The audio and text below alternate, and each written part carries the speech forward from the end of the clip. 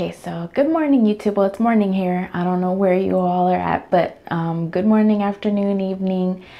I just have to come on here because God gave me another revelation.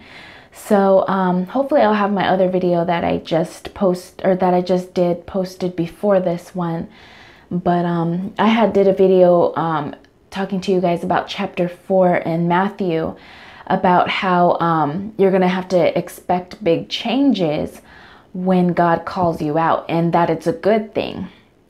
Well, I was just sitting here thinking, because I'm still reading chapter 4 of Matthew, and I'm also going to read in chapter 9, but in Matthew. Okay, so in chapter 4, when Jesus began to preach, and this is starting at verse 12, Jesus left right away. He heard that John the Baptist was in prison, but that didn't keep him from fulfilling his call. He knew that he had the call to leave, so he left to Galilee. And it says he left to Galilee to fulfill what the prophet Isaiah had prophesied for him, to be the light to the people. And he preached his first message, which was repentance. And then right after that, he calls his disciples, which I'm going to read that to you really quickly. It says, Jesus calls his first disciples. I'm in verse 18, by the way, in chapter 4 of Matthew. As Jesus was walking beside the Sea of Galilee, he saw two brothers, Simon called Peter and his brother Andrew. They were casting a net into the lake, for they were fishermen. Come follow me, Jesus said, and I will send you out to fish for people. At once they left their nets and followed him. Going on from there, he saw two other brothers, James and Zebedee, and his brother James, son of Zebedee, and his brother John. They were in a boat with their father Zebedee, preparing their nets. Jesus called them, and immediately they left the boat and their father and followed him. So when Jesus called them, they left right away. It didn't matter what they were doing. They dropped everything and they left right away. So what got me thinking, okay, church, I'm going back to church on this, and I'm sorry. If you are called to be out of the church building, or the church, let's just call it the building, the four walls, okay? If you're called to be out of the church building, that's not a bad thing. And yes, it may hurt you at first, because you're going to be leaving your church. I guess everybody calls it their church home nowadays. When God called me out of the church, it was for a good reason. I wasn't going to a church that was spirit-filled. But that's beside the point.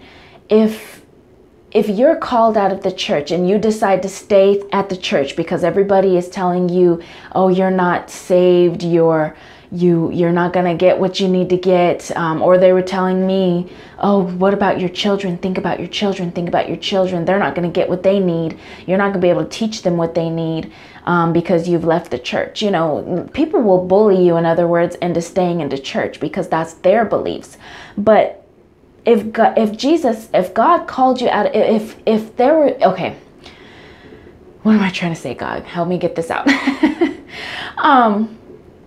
Let's just say you stay in church for 20 years and you've been called out of the church. If people didn't come out of the church when they were called, how are people going to work God's field? How are people going to go beyond that? In other words, like Jesus, he didn't let the fact that John was in prison stop him from his calling. I'm sure in spirit they were both troubled, you know, they missed each other deeply. Jesus was probably hurt, you know. He was made flesh. He experienced all the things that we experienced. He experienced all the heartache that we experienced. So I'm sure that he was spiritually upset, and so was John, but they both knew spiritually that this is what Jesus was called out to do, and this is where John needed to be at the moment as well. John knew he was okay, you know, but Jesus, he left. He went and started his ministry. He called his disciples. He preached his first message. But imagine if he were to just stay there and just wallow in the fact that John was in prison and not fulfill what the prophet Isaiah had called him to, had prophesied for him to do, what God had called him to do. So if you sit there in church and appease everybody else because they're bullying you to stay because they feel like you're making the wrong decisions, you're going to miss out on your call. Not all of us are called to stay in a 4-wall building. Not all of us are called to stay there for 20 years like other people do. Some of us have been called out of that boat, out of that fisherman's life and into the field to fish for people. That's what Jesus said. He said, I will send you out to fish for people. Not all of us are called to stay in that church. And I'm going to read you in chapter 9, quickly a couple of verses. This is chapter 9, Matthew chapter 9, verses 35 through, verse 35. Let's do verse 35 through 38. Okay, so this is called The Workers Are Few. Jesus went through all the towns and villages, teaching in their synagogues, proclaiming the good news of the kingdom and healing every disease and sickness. When he saw the crowds, he had compassion on them because they were harassed and helpless, like sheep without a shepherd. Then he said to his disciples, the harvest is plentiful, but the workers are few. Ask the Lord of the harvest, therefore, to send out workers into his harvest field. So all of these people were feeling sorry for themselves. They were harassing them just like church people will, or just like other, not just church people, people in general will think you're crazy because you say, hey, I'm not called. I'm called, but I'm not called to sit in a church building, or I'm not called to just sit there my whole life. I'm called to be a worker of these fields. Jesus is saying, ask for the harvest. Don't sit there and wallow and be helpless. Ask for the harvest. The harvest is plentiful. The workers are few. What is a harvest? The harvest is the people out here, the people that need to be saved, that need salvation, that need to hear the message, that need to hear the word. When you think about a harvester, let's just say it's a cornfield. Have you guys, a cornfield is massive, and back in those days they needed workers. Workers were very few, and we didn't have big tractors and big farm equipment and things like that we have nowadays. They had to actually get out there on hand and foot and till those fields and harvest those fields. So just think of it that way. That's how it is.